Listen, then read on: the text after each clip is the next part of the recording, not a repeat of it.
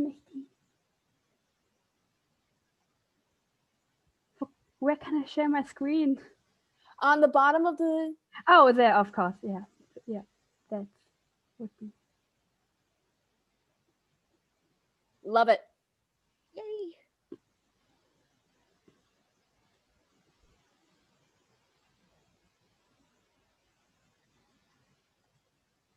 Kann ich die? All right.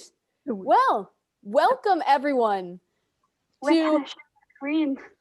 Oh, it's already shared. Oh, there, of You're course. doing Yeah. good. We can see this. Well, welcome everyone to Do It With Style, a nice and accurate guide to cosplay. We are so excited to bring this to you all, and we're so excited for any questions that you have. So we have a presentation. We're going to step on through it, and if you have any questions, pop them in the Q&A tab. That's right. Well, welcome everyone Where can I to... share my screen? Oh, it's already shared. Oh, there, of You're course. doing Yeah. good. We can see this. Well, welcome everyone to Do It With Style, a nice and accurate guide to cosplay. We are so excited to bring this to you all, and we're so questions that you have. So we have a presentation. We're going to step on through it, and if you have any questions, pop them in the Q&A tab. That's right. Well, welcome everyone. If I'm not mistaken, I think someone needs to... it's already shared. Oh. The audio that's coming through the computer. Yeah. Sorry. Okay, there we go. Now we're good. No worries, guys. There we go. Hello. So, who would like to go over the outline? I can go over it real quick. So yeah, as you can see, we're just gonna introduce ourselves briefly. And then we'll talk about so Katie will talk about where to begin, like, and how to make a costume. I will mainly focus on the social aspect of cosplay, and Kuiper will focus on cosplay photography, and then we'll do Q&A. I guess if there are some quick questions that we can answer like really quickly, we can answer them live, but maybe the rest we will probably answer them after we're done with the presentation. Okay. Awesome. So we can move on to our introductions. Kuiper, you're first. Hi, I'm Kuiper. I'm from Germany, and I'm just starting as a photo student. I've been cosplaying since 2011, and my first Crowley cosplay from the book was in 2013. I normally sew and craft my cosplays and my cosplay props by myself. Awesome. And I'm Katie. I'm a meteorologist, broadcast meteorologist in the United States here in Iowa. And I love everything Good Omens. I think it's because of the chaotic nature of my job, seeing that I chase tornadoes. And I've been a cosplayer who thrifts costumes, makes props, just kind of throws everything together all at once since about 2013. So I'm relatively new to this compared to some people, and I absolutely love it. I'm Tifa. I'm from the Philippines. I've been based in Tokyo since 2013. I am a corporate slave. I'm a writer by profession. So I've been cosplaying as a hobby since 2008. I wrote an MA thesis on cosplay. So I can't sew, so I usually commission costumes, but I can make some small accessories and props, like this accessory that I am wearing now. I made this myself. I've organized a few Good Omens meetups in Manila and Tokyo. So yeah, that's it about me. Awesome. So this is the first part, because I think it's probably the hardest part about a cosplay. It's knowing where to start. Some people who might be watching have never tried cosplay before, and some of us have. And even depending on which part you're in, it's still tricky to get started. But the best part to start, in my opinion, would be with a fandom. And thankfully, if you're at this event, you have one.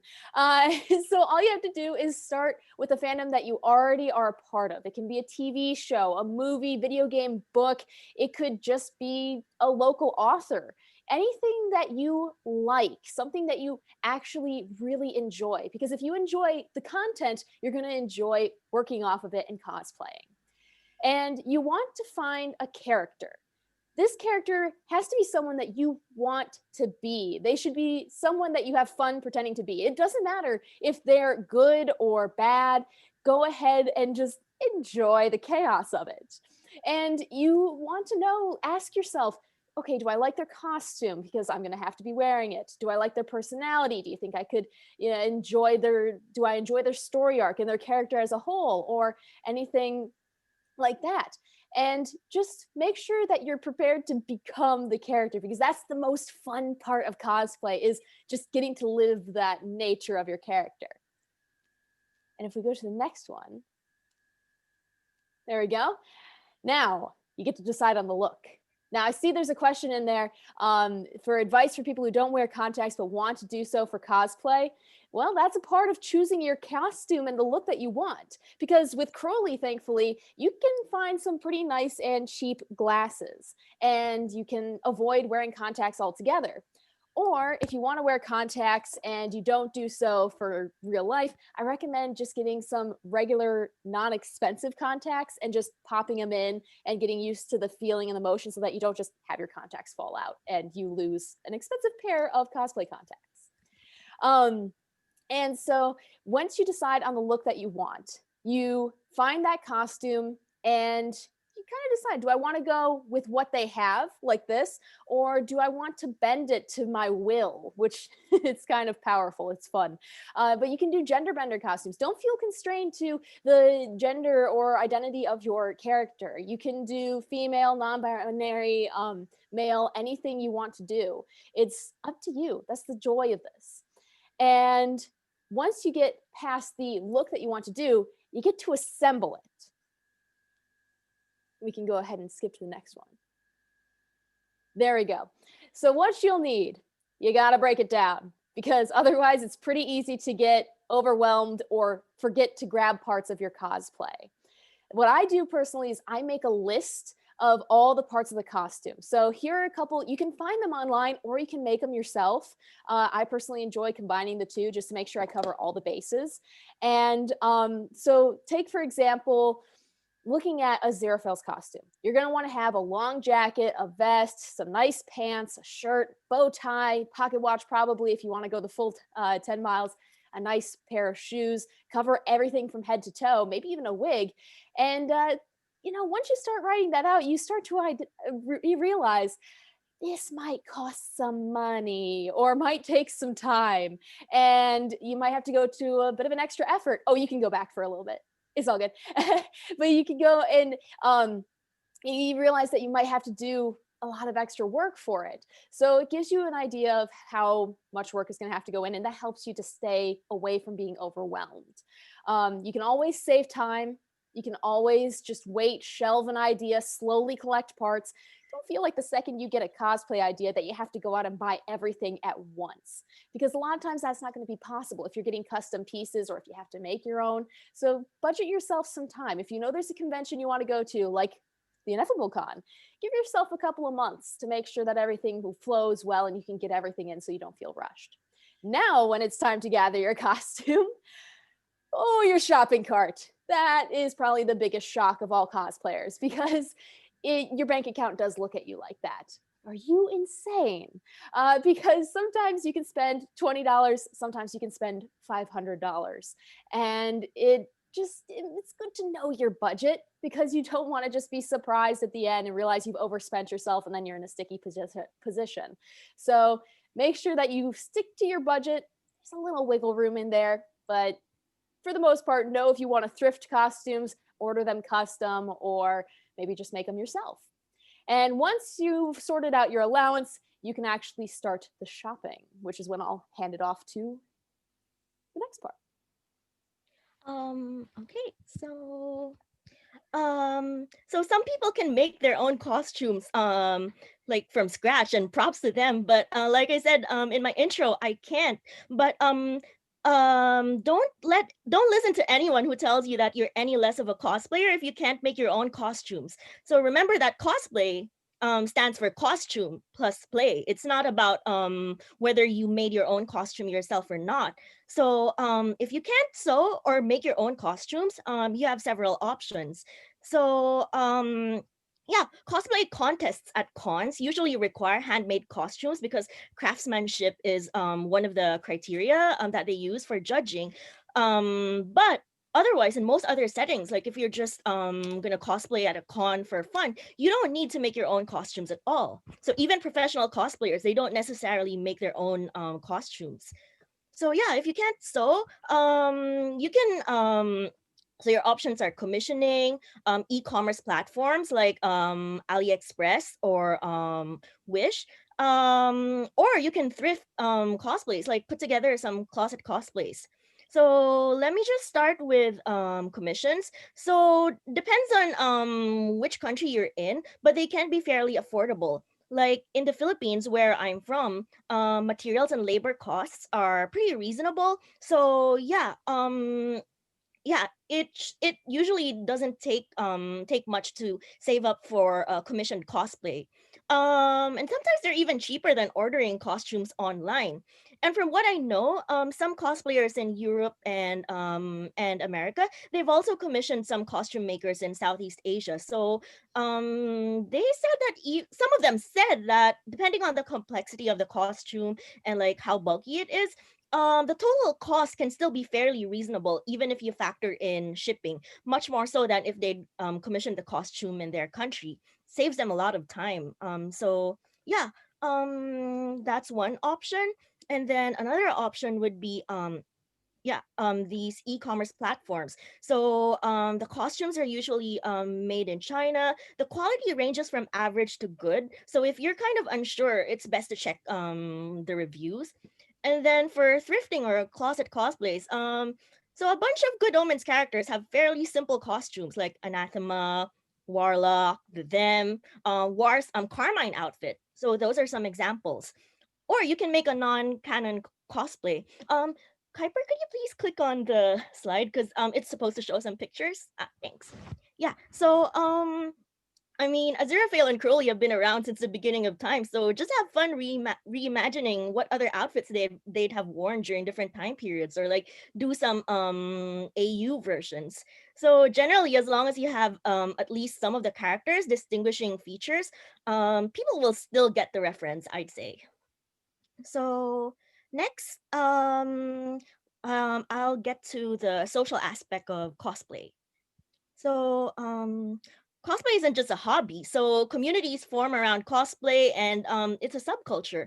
You don't have to be active in the community to call yourself a cosplayer, just to clarify. So if you cosplay at home or in private, if you don't really attend cons, it doesn't make you any less of a cosplayer. But if you want to get connected with fellow cosplayers, here are some ways you can go about it.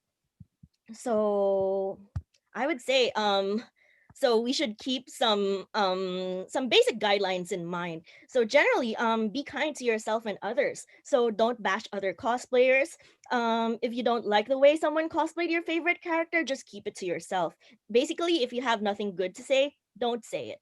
But be kind to yourself as well. Like don't beat yourself up too much or set too high standards for yourself. Like let's say if after a con you felt like, oh, I could have cosplayed this character better, don't beat yourself up over it. Or let's say if you're tired and you can't finish your costume in time for an event, it's better to rest than just force yourself to finish it. I know a lot of us cosplayers joke about cramming cosplays, staying up late. Some of us are able and willing to do that, but really don't push yourself if you can't. Um but yeah, basically be considerate to others. And another very important thing is that cosplay is not consent. So don't assume that just because cosplayers are in costume, it means that they're there to entertain you, because cosplayers aren't mascots. So ask for permission, whether it's because you want a photo or you want to take a closer look at a fellow cosplayer's props. And don't hold it against a cosplayer if they say no. And likewise, as a cosplayer, know that you also don't have to say yes to every request out there, especially since there are lots of creeps around. But even if it's just a harmless request, like let's say you're eating and someone wants a photo, it's totally okay to say no. So yeah, um, But next, practice good hygiene. I think that's a given.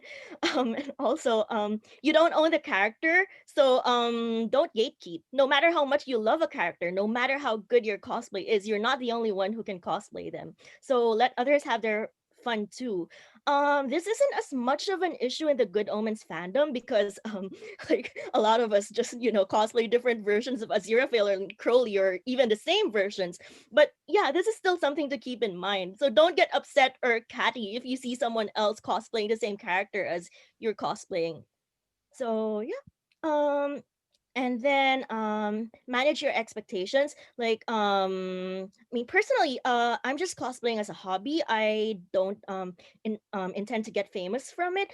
But if you want to become a popular cosplayer, don't expect instant fame. And likewise, budgeting is really important, as Katie said. So yeah, if you want a really elaborate costume, you would still have to save up for it. Like I have some dream cosplays that are super elaborate, and I have to, I have to acknowledge that, I can't get them all commissioned. I have to save money. And then credit properly. So don't lie and say that you made your costume yourself if you didn't. Credit your photographers. Um, well, at least in my country, for let's say costume makers, props makers, and wig stylists, they don't expect to be credited every single time you post a photo. But at the very least, they wouldn't want you misrepresenting yourself and saying that, oh, I styled this myself, I made this myself. So yeah, um, but be mindful of cultural differences, because norms and practices can differ around the world. So like let's say in the US, I've heard that you usually have to pay photographers to shoot you. But in Japan, where I live now, Japanese cosplay photographers, they usually consider themselves hobbyists, so it's practically unheard of for them to charge for photo shoots. So what we usually do is that we pay for their share when we're renting out a venue. But then some of my non-Japanese photographer friends living here, um, they do photography for a living, so they charge for shoots, and I pay them. And then in the Philippines, my home country, it's a mixed bag. So like some photographers have been starting to charge and some don't. So yeah, get a feel of your local cosplay community's norms first, because the advice that you see on the internet, it may not be universal. So yeah. And next, oh yeah. So talk about cons, photo shoots, and gatherings. So hold on. Ah, okay. So while cons are a distinctly different thing, so these terms are pretty much related, and they can overlap. So so think of cons as a huge party, basically. There's lots going on, not just cosplay. Um, it's great for meeting fellow cosplayers or fellow fans. And depending on how the con is set up, usually photo shoots and gatherings are possible. So they're good for getting photo ops if you can't organize or join your own if you can't join or organize shoots. But the downsides, sometimes the photo quality can be compromised. But Kuiper is gonna talk about some tips for getting really good photos at cons, so don't worry. And then for photo shoots, they can be large scale or small scale.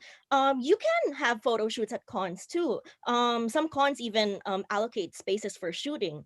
And yeah, generally you have more control over photo quality and output. And if especially if you do indoor shoots, better privacy. So it's good for people who don't really like crowds. And some of my friends who do skimpy cosplays, they prefer indoor shoots at studios, because they don't have to deal with the problem of perverts, thinking that their skimpy costumes are an invitation for harassment. But the downside, again, it depends. But sometimes these location and studio shoots can be costly. And then you have gatherings or meetups. So they're basically a generic term. So they aren't necessarily cosplay focused.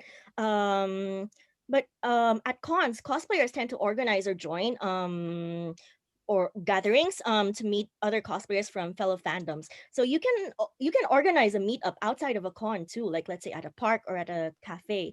Sorry, Kuiper, would you mind clicking on the slides because there are some photos? Thank you. And sorry, could you please click again and again? Sorry, thank you.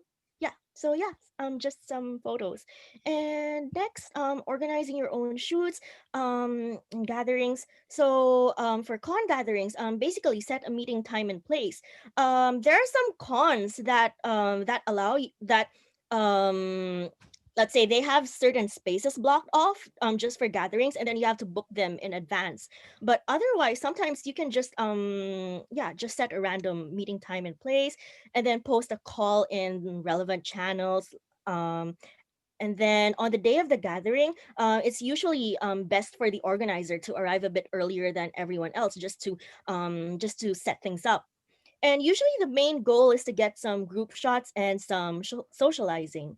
So people are usually free to leave after the main photo ops, like those huge group shots. But if they can stick around if they like, and as long as the con staff aren't like, okay, you guys have to move. So next, off con shoots or gatherings. So yeah, if you want to organize your own, you have to consider the scale, the target attendees, and more. So if you're a first-time organizer, I would say it's best to start small. Don't bite off more than you can chew, and think of how much you're willing to spend and how you'll secure funds for this meetup. So again, sometimes these meetups can be as simple as just meeting at a park, but if let's say if you're booking an entire restaurant, yeah, you have to think about the logistics. So yeah, time management is key. So plan ahead and secure the necessary permits, clearance, or whatever if necessary, and get the word out early enough so people can save the date. And now I'm turning it over to Kuiper. Okay. So cosplay photography, like with everything else, communication and content is always a key factor. I often, if you're doing a bit more, if you're taking a few more photos with people, so you're doing a little or a bit bigger shooting, I often communicate with them and talk to them and tell them what I'm doing. Of course, it depends on the people, but in general, it's cosplayers aren't models. They're not used to, they're just standing there and getting photos done. So often much more comfortable for everybody if a photographer says, or the person who does the photos, I'm doing this photo and lying on the floor right now because I want to do this angle to have that and that effect. And of course, if always if they're okay with a pose or okay with the angles you're shooting at, so that's and depending how good you know them, you can tell them, or if they give you the permission, or if they're close friends and that's clear, that you often in cosplay on conventions, the cosplay is not sitting right anymore, so you just say or fix it yourself so that you can make good photos and that the cosplay is still looking good in the photos. I mean, I always say it's not a cosplay if it's not one part is not holding with safety pins. At least they say it in Germany. So it's easy to if something's not fitting right. So it's just telling them or fixing it yourself with, of course, permission. Can so that later you don't have great photos, but it just didn't sit right. The cosplay is frustrating for everybody.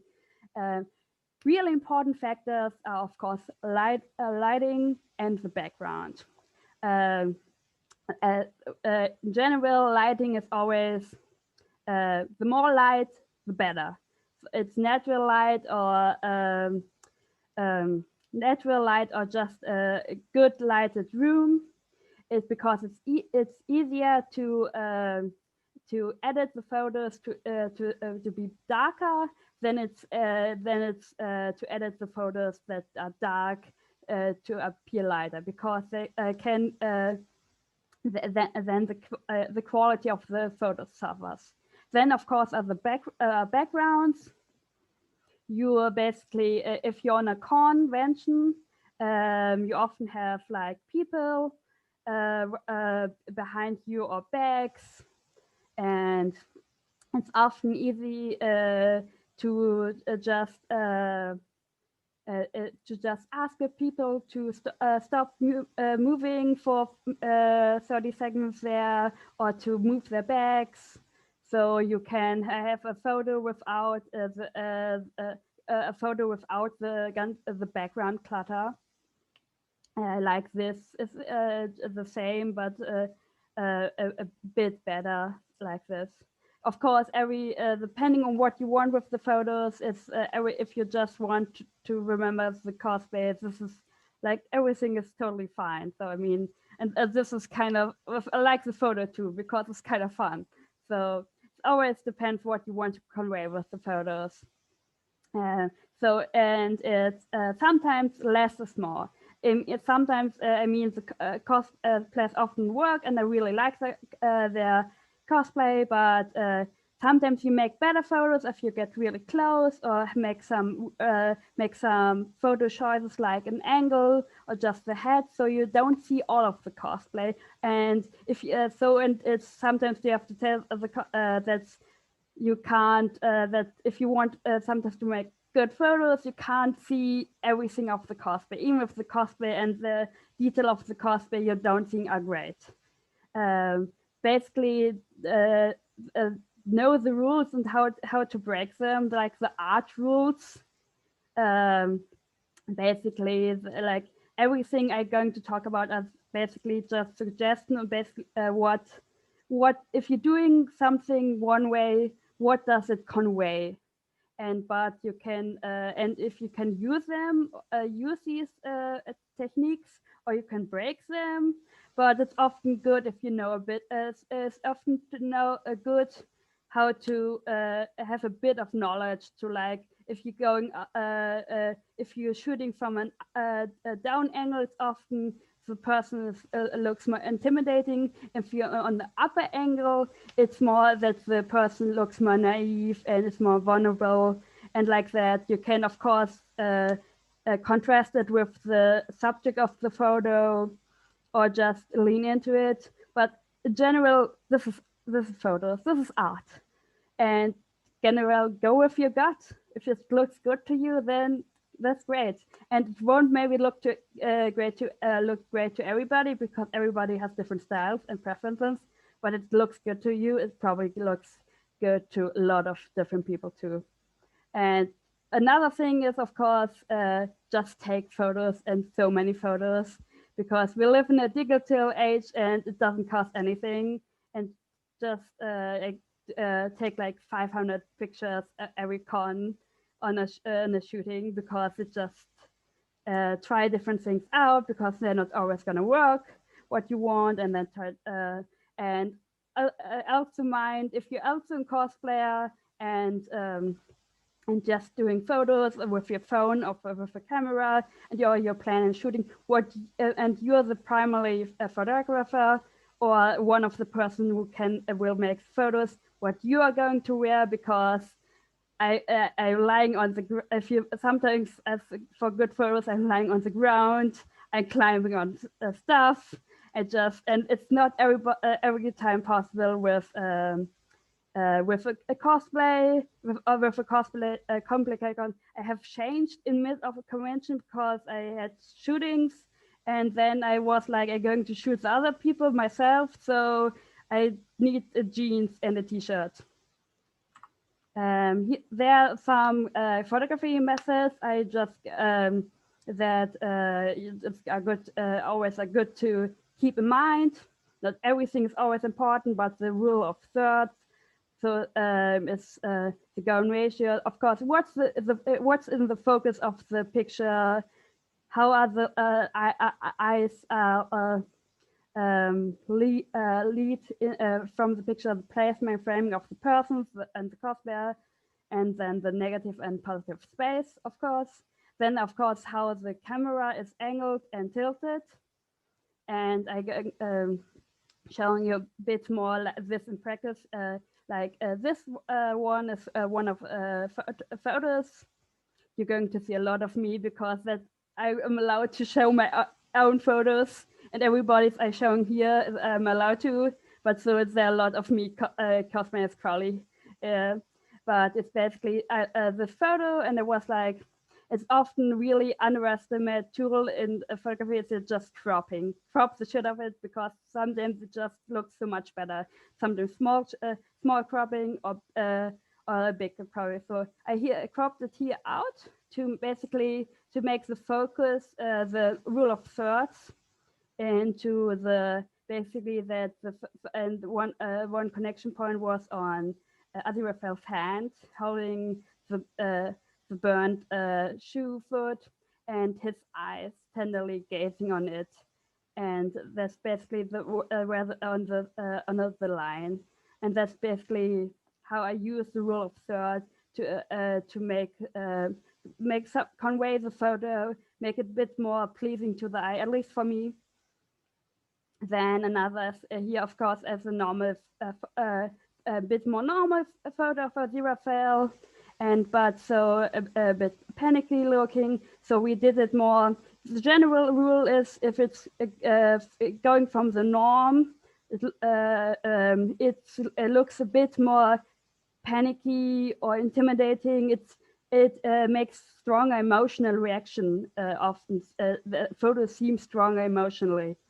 And so I went a bit more, actually make the angle stronger. So we basically looked up at him, and so it conveys the stress of the situation and the panic a lot more. Is that he's pretty a lot in the focus and taking a lot of positive space. And then basically another photo is where it's basically just Crowley getting himself ready to go into the church and burning his foot.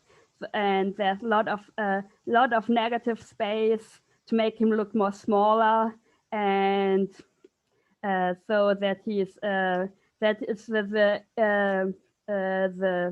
whole situation is not more intimidating. So because he's so small in the whole. Also, the angle, the camera, the photo is tilted to convey a bit of chaos and uncertainty. Then there are some camera tips.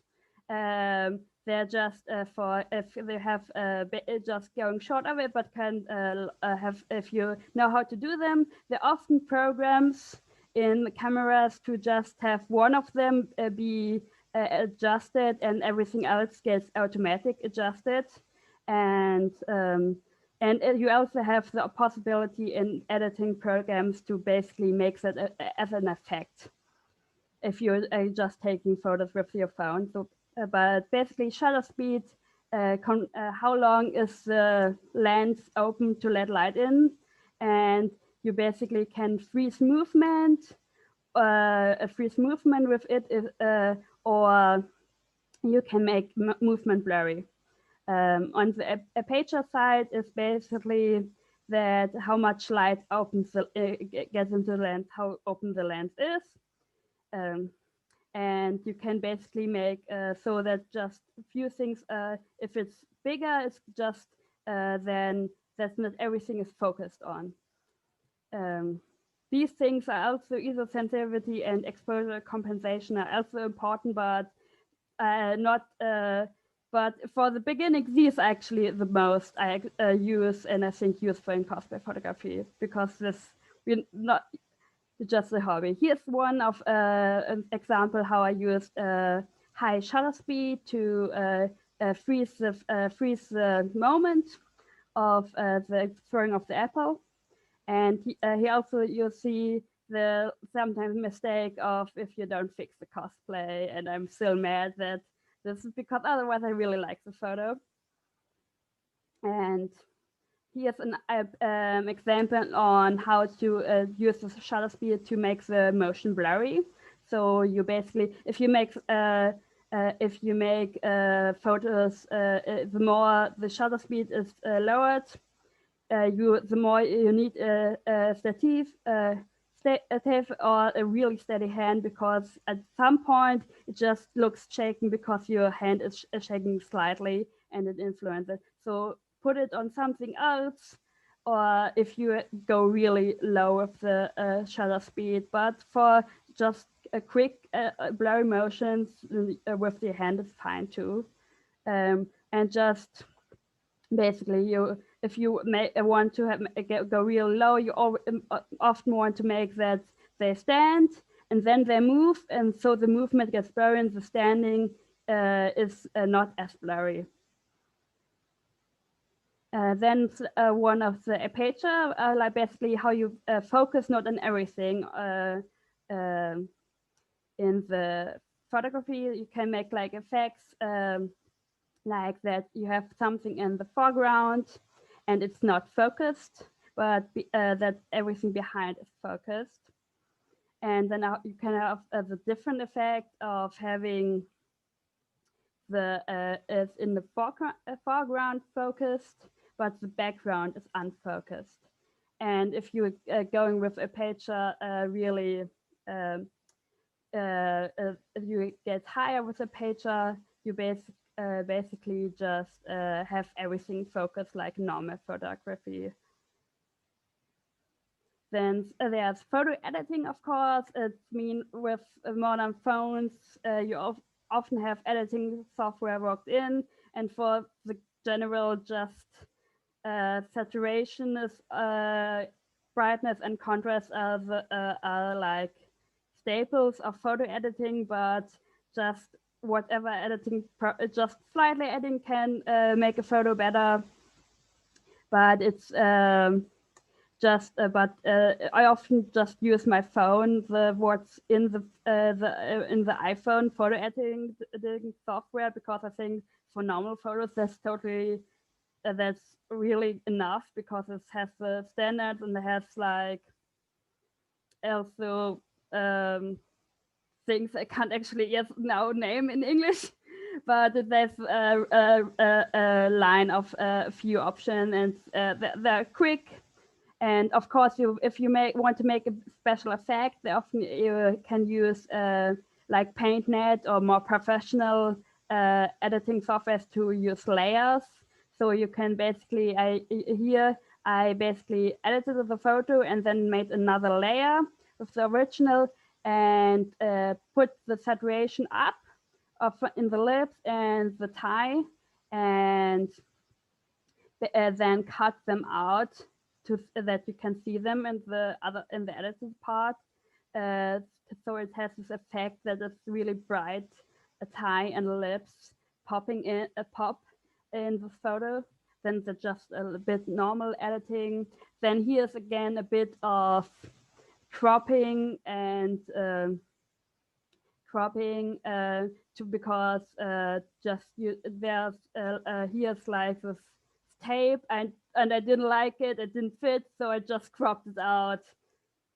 And just in general, just have fun. Sometimes photos work and you don't know why, and sometimes a silly swirl makes you make you smile the brightest, or just because you're trying to get the different heights of the characters.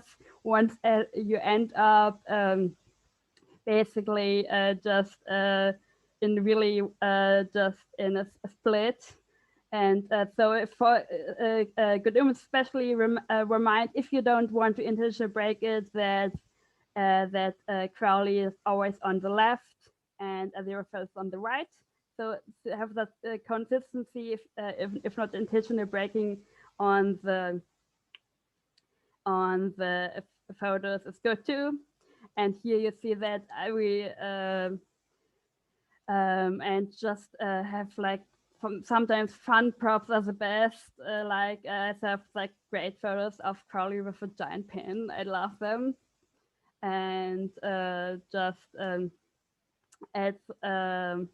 so just basically I think that's the I think we could move to Q&A. Sweet. I'm excited for this. I think we covered a lot in cosplay, and we actually did have a couple of questions that popped up for, let's see. The one that I thought was pretty fun and easy to answer is do you personally enjoy the costume playing part or the cosplay the most, or the costume or playing part the most?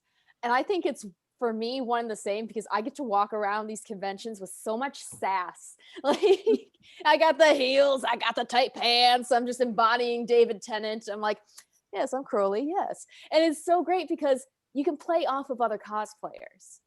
That's my favorite part, is if you're embodying the character, someone is a Aziraphale, you can walk up and say, hello, Angel, and they will totally go with it most of the time, if they're good with it. And it's great. Actually, I like I think both too. I love the cosplaying. I love to make. I love as Crowley to just basically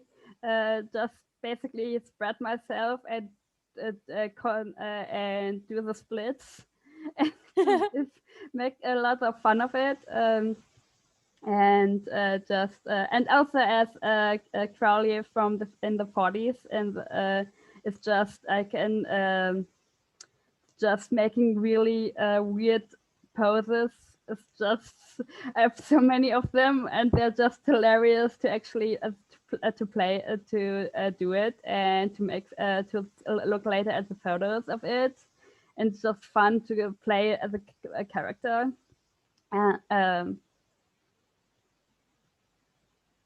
Tifa?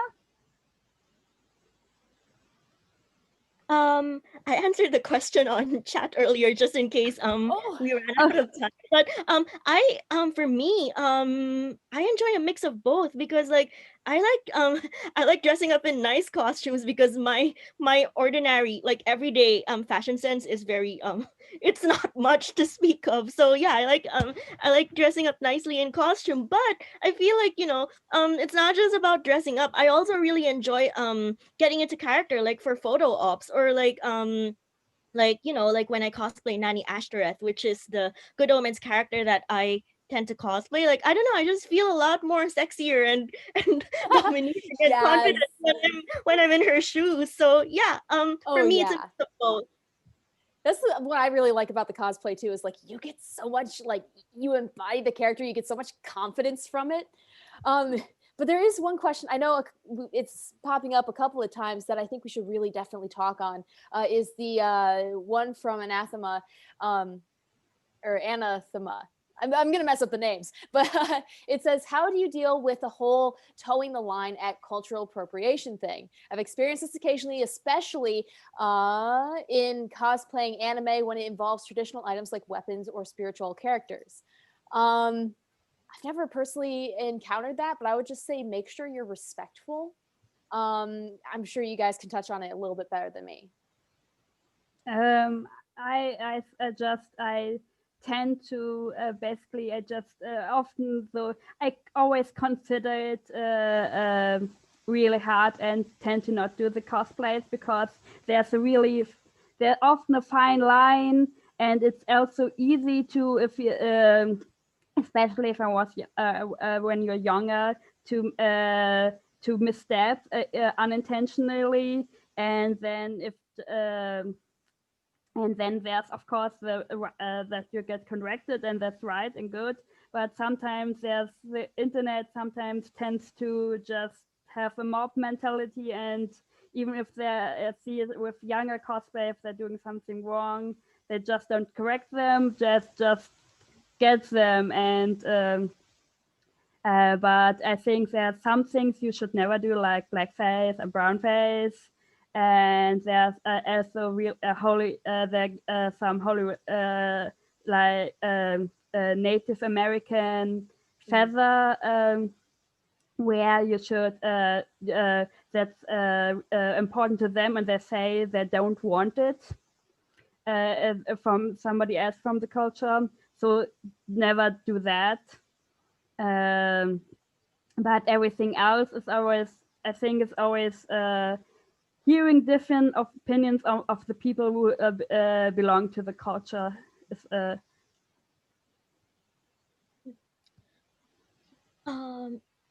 Okay, as for me, um yeah, this is a good question, and I had to think about it because actually, because in my fandoms, or at least the characters that I've cosplayed, like the issue of cultural appropriation doesn't come up as much. But yeah, as Katie and Kuiper mentioned, I think the key is to be respectful. Like I am not Japanese. I just happen to live here, but I am interested in kimono culture, and I am doing a kimono version of Aziraphale right now. But like I would say that what I'm not disrespecting anyone, and kimono coordinates are a pretty common thing in Japan. So like so yeah, I would so yeah, I think for me an Asian living in Japan, I think this wouldn't really be an issue, but I am aware that the context is kind of different in America, because like